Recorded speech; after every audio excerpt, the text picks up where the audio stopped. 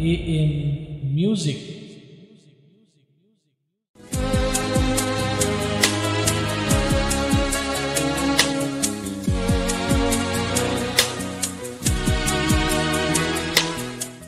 ପ୍ରେଜ୍ ଦ Lord, hallelujah. ପ୍ରଭୁଙ୍କ ମହା ଅନୁଗ୍ରହରୁ ପୁନର୍ବାର ପ୍ରଭୁ ମୋତେ ଅଲିନ୍ ମ୍ୟୁଜିକ୍ ମାଧ୍ୟମରେ ପିଲାମାନଙ୍କ ଗହଣରେ ପ୍ରଭୁଙ୍କ ଶିକ୍ଷା ଦେବା ପାଇଁ ସୁଯୋଗ ଦେଇଛନ୍ତି। ସେଥିପାଇଁ ପ୍ରଭୁଙ୍କ ମହାନାମକୁ ଧନ୍ୟବାଦ। ଆଜି ଯେଉଁ ବାକ୍ୟ ମାନେ ପାଠ କରିବା ତାହା ସମସ୍ତେ ପାଇବେ। ପ୍ରଥମ ଥେସଲୋନିକୀୟ 5:17 ନିରନ୍ତର ପ୍ରାର୍ଥନା କର। ଆମେ କେଉଁ ପ୍ରକାର ପ୍ରାର୍ଥନା କରିବା ତାହା ମାନେ ଦେଖିବା। ଆଉ କି ପ୍ରକାର ପ୍ରାର୍ଥନା କଲେ ପ୍ରଭୁ ଆମମାନଙ୍କର ପ୍ରାର୍ଥନା ଶୁଣିବେ, ଆଉ କେତେ ଥର ପ୍ରାର୍ଥନା କରିବା। ସେମିତି ଗୋଟେ ସମୟ ନାହିଁ ଯେ ଆମେ ସକାଳୁ ଥରେ କଲୁ, ସନ୍ଧ୍ୟାବେଳେ ଥରେ କଲୁ, ରାତିରେ ଥରେ କରିଦେଲୁ, ତାହା ନୁହେଁ। ନିରନ୍ତର ତାଙ୍କ ସହିତ ଲାଗି ରହି ଆମେ ପ୍ରାର୍ଥନା କରିବା ଆବଶ୍ୟକ। ଆମେ ସଦାସର୍ବଦା ସବୁବେଳେ କ'ଣ କରୁ? ସଦାପ୍ରଭୁଙ୍କ ନାମରେ, ପରମେଶ୍ୱରଙ୍କ ନାମରେ ପ୍ରାର୍ଥନା କରୁ, କିନ୍ତୁ ଯୀଶୁଖ୍ରୀଷ୍ଟଙ୍କର ମାଧ୍ୟମରେ ଆମେ ପ୍ରାର୍ଥନା କରିଥାଉ। ତାହାଙ୍କ ଦ୍ୱାରା ସମସ୍ତ ପ୍ରାର୍ଥନା ସୁଗ୍ରାହ୍ୟ ହେଇଥାଏ।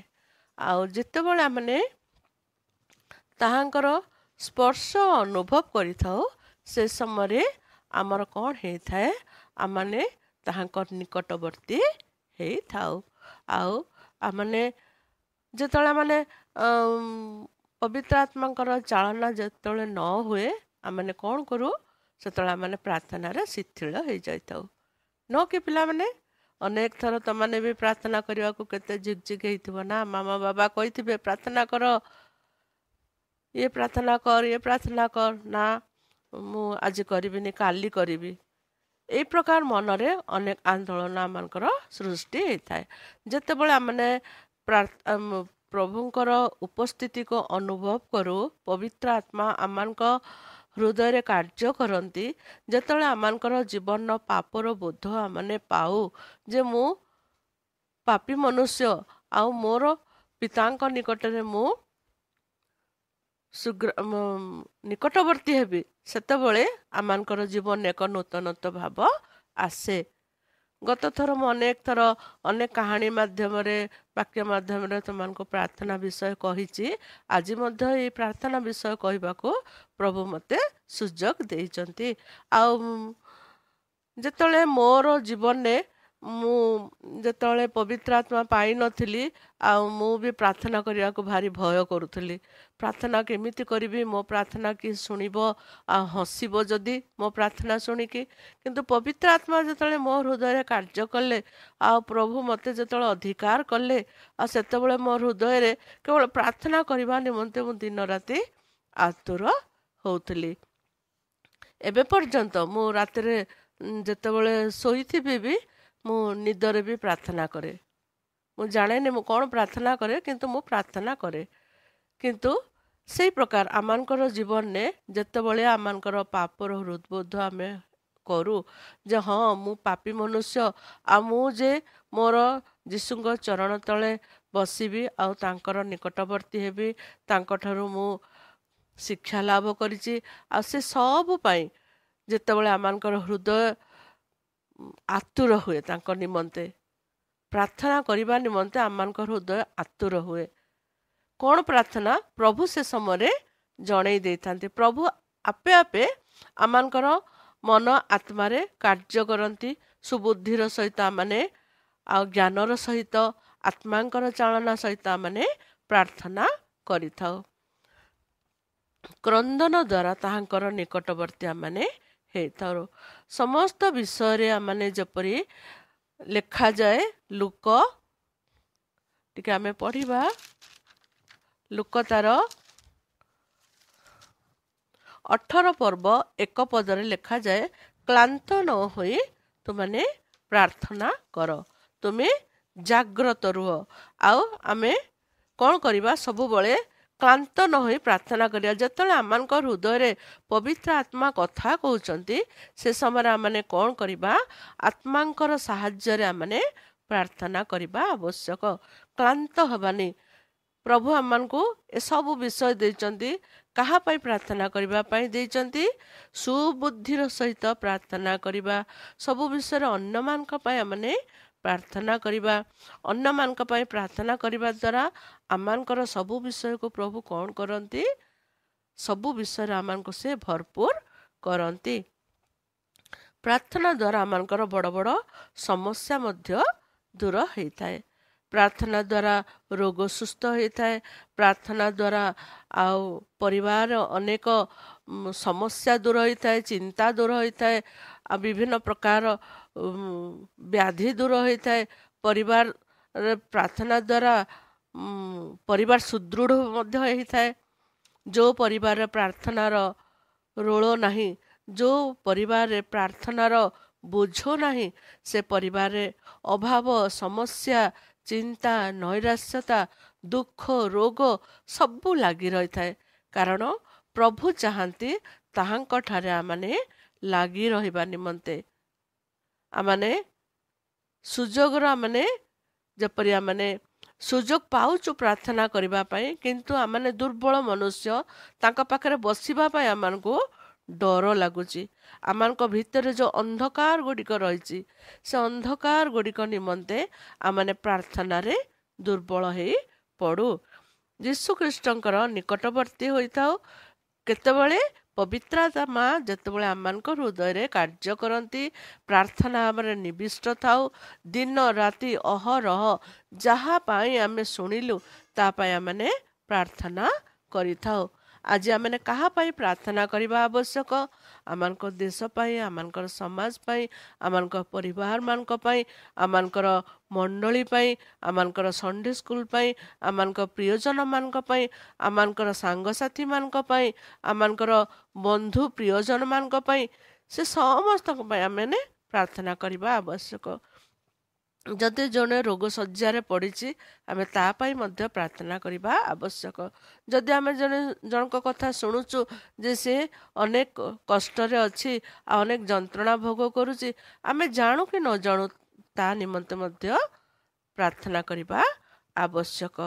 ଆଉ ଆତ୍ମାଙ୍କର ସାହାଯ୍ୟରେ ଆମେ ପ୍ରାର୍ଥନା କରିବା ଆବଶ୍ୟକ।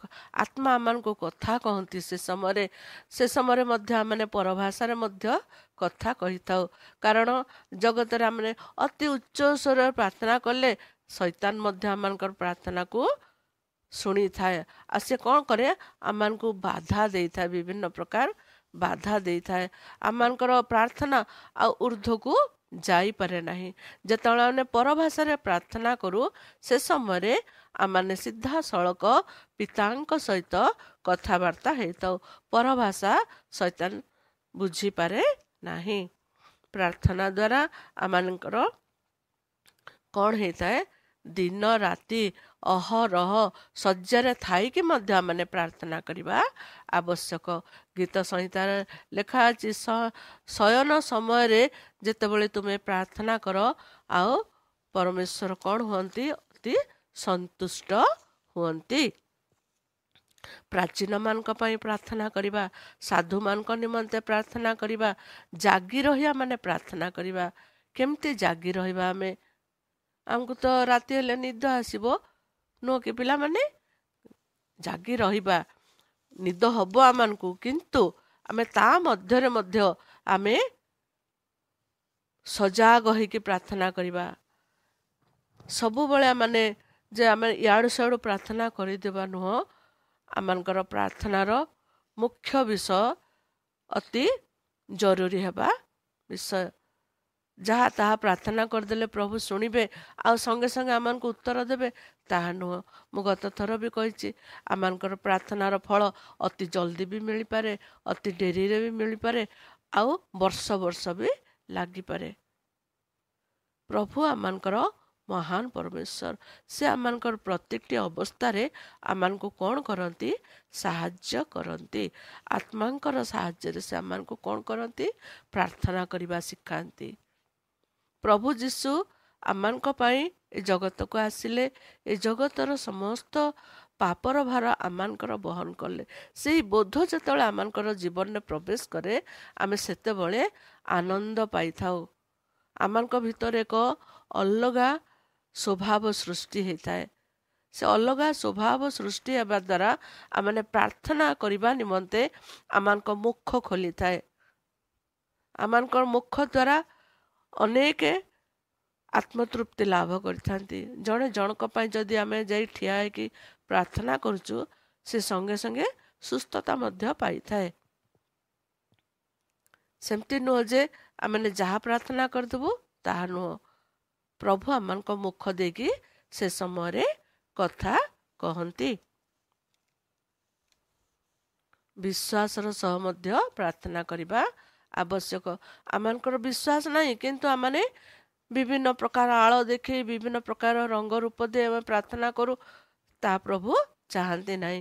ବିଶ୍ୱାସର ସହିତ ଜାଗି ରହି ତୁମେ ପ୍ରାର୍ଥନା କର। ସଚେତନ ହୋଇ ତୁମେ ଜାଗ୍ରତ ରୁହ।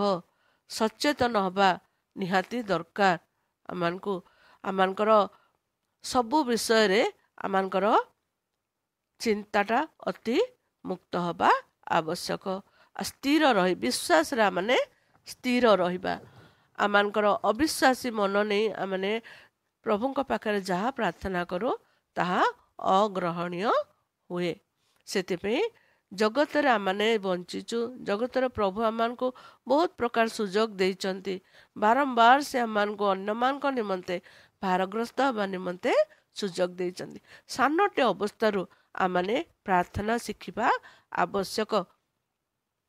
ମୁଁ ସବୁବେଳେ ଯେତେବେଳେ ପବିତ୍ର ଆତ୍ମା ପାଇନଥିଲି ଭାବୁଥିଲି ନିରନ୍ତର ପ୍ରାର୍ଥନା ଗୋଟାଏ କ'ଣ ଜିନିଷ। ନିରନ୍ତର ପ୍ରାର୍ଥନା କେମିତି କରିବ? ଖାଇବାନି, ପିଇବାନି, ଶୋଇବାନି, କିଛି ନାହିଁ, ଖାଲି ନିରନ୍ତର ପ୍ରାର୍ଥନା ହିଁ କରୁଥିବା। କିନ୍ତୁ ମୁଁ ଯେତେବେଳେ ପବିତ୍ର ଆତ୍ମାଙ୍କର ଚାଳନା ପାଇଲି, ପରଭାଷାରେ ପ୍ରାର୍ଥନା କରିଲି, ଆଉ ବିଭିନ୍ନ ପ୍ରକାର ପ୍ରଭୁ ଯେଉଁ ଶକ୍ତି ମୋତେ ଦେଇଥିଲେ ସେ ଶକ୍ତି ପ୍ରକାଶ ପାଇଲା ମୋ ପାଖରୁ, ସେତେବେଳେ ମୁଁ ଜାଣିଲି ଯେ ନିରନ୍ତର ପ୍ରାର୍ଥନା ଗୋଟାଏ କ'ଣ।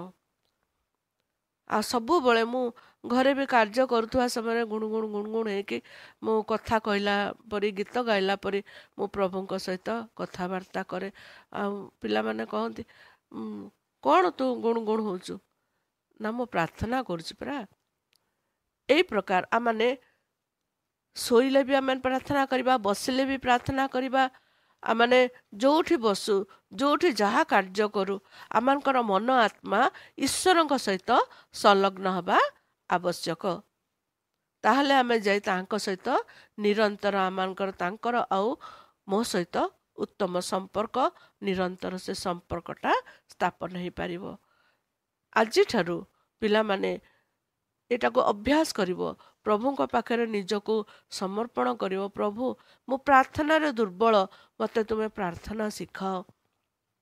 ମୁଁ କେଉଁ ପ୍ରକାର ପ୍ରାର୍ଥନା କଲେ ତୁମେ ଖୁସି ହେବ, ଆନନ୍ଦ ହେବ, ମୁଁ କି ପ୍ରକାର ଅନ୍ୟମାନଙ୍କ ପାଇଁ ଭାରଗ୍ରସ୍ତ ହେବି, ମୋତେ ତୁମେ ଶିଖାଅ। ପ୍ରଭୁ ସବୁ ଅବସ୍ଥାରେ ଆମମାନଙ୍କୁ ଶିଖାଇବା ପାଇଁ ପ୍ରସ୍ତୁତ ଅଛନ୍ତି। କିନ୍ତୁ ଆମେ ସେତିକି ଶିଖିପାରୁଛୁ କି ନାହିଁ, ଆମେ ସେତିକି ବିଶ୍ୱାସୀ ହେଇପାରୁଛୁ କି ନାହିଁ, ପ୍ରଭୁ ଆମଠାରୁ ସେ ସବୁ ବିଷୟ ଚାହାନ୍ତି। ଆମେ ନିଜକୁ ସଚେତନ କରିବା, ଜାଗ୍ରତ କରିବା। କାରଣ ଶୈତାନ ଆମମାନଙ୍କ ସହିତ ବାସ କରୁଅଛି। ସେ ସିଂହ ପ୍ରାୟ ଗର୍ଜନ କରିବା ନିମନ୍ତେ, ଆଉ କେତେବେଳେ ଆମମାନଙ୍କୁ ଗ୍ରାସ କରିବ, କେତେବେଳେ ଆମମାନଙ୍କୁ ଧରିବ, ଆଉ ସେ ସବୁବେଳେ ଜଗି ବସିଛି ଆମମାନଙ୍କୁ ଶୈତାନ ରୂପରେ। ସେଥିପାଇଁ ଆମେ ନିଜକୁ ପ୍ରସ୍ତୁତ କରିବା, ସବୁ ଅବସ୍ଥାରେ ତାଙ୍କୁ ଧନ୍ୟବାଦ ଦେବା, ନିରନ୍ତର ଅନ୍ୟମାନଙ୍କ ପାଇଁ ପ୍ରାର୍ଥନା କରିବା, ଯାହାଦ୍ୱାରା କି ଆମମାନଙ୍କର ପ୍ରଭୁ ଆମମାନଙ୍କର ସମସ୍ତ ଭାରକୁ ବହନ କରିବେ। ପ୍ରତ୍ୟେକଙ୍କୁ ପ୍ରଭୁ ଆଶୀର୍ବାଦ କରନ୍ତୁ। ଏଇ ଛୋଟ ବାକ୍ୟ ଦ୍ୱାରା ଆମେ ଅନେକ କିଛି ବିଷୟ ଶିଖିବା ନିମନ୍ତେ ପ୍ରଭୁ ଆମମାନଙ୍କୁ ସାହାଯ୍ୟ କରନ୍ତୁ। ନିରନ୍ତର ପ୍ରାର୍ଥନା ଯେ କେତେ ବଡ଼ ବିଷୟ, ତାହା ଆମେ ଆଜି ଏଇ ଛୋଟ ବିଷୟରୁ ଶିକ୍ଷା କରିଛୁ। ସେଥିପାଇଁ ପ୍ରଭୁ ଆମ ସମସ୍ତଙ୍କୁ ଆଶୀର୍ବାଦ କରନ୍ତୁ। ଆମେନ୍। ପ୍ରାର୍ଥନା କରିବା। हे ପବିତ୍ର ପିତା ଗୌରବମୟ ରାଜା, ତୁମ ନାମର ଧନ୍ୟବାଦ କରୁଛୁ। ତୁମ ଦୟା ଅନୁଗ୍ରହରେ ପ୍ରଭୁ ଆଜି ଆମମାନଙ୍କୁ ଏକ ସୁନ୍ଦର ସମୟ ଦେଇଛ, ତୁମର ଉପସ୍ଥିତି ଦେଇଛ ପିତା, ସେଥିପାଇଁ ଧନ୍ୟବାଦ। ତୁମ ଚରଣ ତଳେ ସଦା ସର୍ବଦା ପ୍ରଭୁ ଆଣ୍ଠୁ ମାଡ଼ି ଯେପରି ଆମେ ତୁମର ଚରଣ ତଳେ ନତ ହବୁ, ତୁମର ଚନ୍ତେ ସମସ୍ତ ବିଷୟକୁ ରଖିବୁ, ତୁମର ଚଞ୍ଚଳେ ପ୍ରଭୁ ନିଜକୁ ସମର୍ପଣ କରିବୁ, ସେଇ ପ୍ରକାର ତୁମେ ଆମମାନଙ୍କୁ ଦୟା କର। ସର୍ବଶକ୍ତିମାନ ପରମେଶ୍ୱର, ତୁମେ ଆଜି ଯେତେ ଜଣ ପିଲାମାନେ ପ୍ରଭୁ ଏ ବିଷୟ ଶିକ୍ଷା ଗ୍ରହଣ କରିଛନ୍ତି, ନିରନ୍ତର ପ୍ରାର୍ଥନା ଯେ କେତେ ସୁନ୍ଦର ବିଷୟ ପ୍ରଭୁ, ତୁମ ସହିତ ସଂଲଗ୍ନକାରୀ ଜୀବନ କାଟିବା ନିମନ୍ତେ, ତୁମ ସହିତ ସୁସମ୍ପର୍କ ସ୍ଥାପନ କରିବା ନିମନ୍ତେ ଯେଉଁ ସୁନ୍ଦର ବିଷୟଟି ତୁମେ ଆମମାନଙ୍କୁ ଶିକ୍ଷା ଦେଇଛ ପିତା, ସେଥିପାଇଁ ତୁମ ନାମର ଧନ୍ୟବାଦ କରୁଛୁ। ସର୍ବଶକ୍ତିମାନ ପରମେଶ୍ୱର, ତୁମେ ଆମମାନଙ୍କୁ ଦୟା କର, ଅନୁଗ୍ରହ କର, ତୁମର ଉପସ୍ଥିତି ପ୍ରଦାନ କର। ଆଜି ସାନଠାରୁ ବଡ଼ ପର୍ଯ୍ୟନ୍ତ ଯେତେ ପ୍ରଭୁ ଆଜି ଏଇ ବାକ୍ୟ ଶୁଣିଛନ୍ତି, ସମସ୍ତଙ୍କୁ ତୁମେ ଦୟା କର ପ୍ରଭୁ, ପ୍ରତ୍ୟେକଙ୍କୁ ତୁମେ ଅନୁଗ୍ରହ କର ବୋଲି ନିବେଦନ କରି ସୁନ୍ଦର ସମୟକୁ ତୁମର ଚନ୍ତେ ସମର୍ପଣ କରି ପ୍ରିୟ ପ୍ରଭୁ ଯୀଶୁଙ୍କ ନାମରେ ମାଗୁଅଛୁ, ଆମେନ୍। ହେ ଆମମାନଙ୍କର ସ୍ୱର୍ଗସ୍ଥ ପିତା, ତୁମ ନାମ ପବିତ୍ର ବୋଲି ମାନ୍ୟ ହଉ, ତୁମ୍ଭର ରାଜ୍ୟ ଆସୁ, ଯେ ରୂପେ ସ୍ୱର୍ଗରେ ସେ ରୂପେ ପୃଥିବୀରେ ତୁମର ଇଚ୍ଛା ସଫଳ ହେଉ।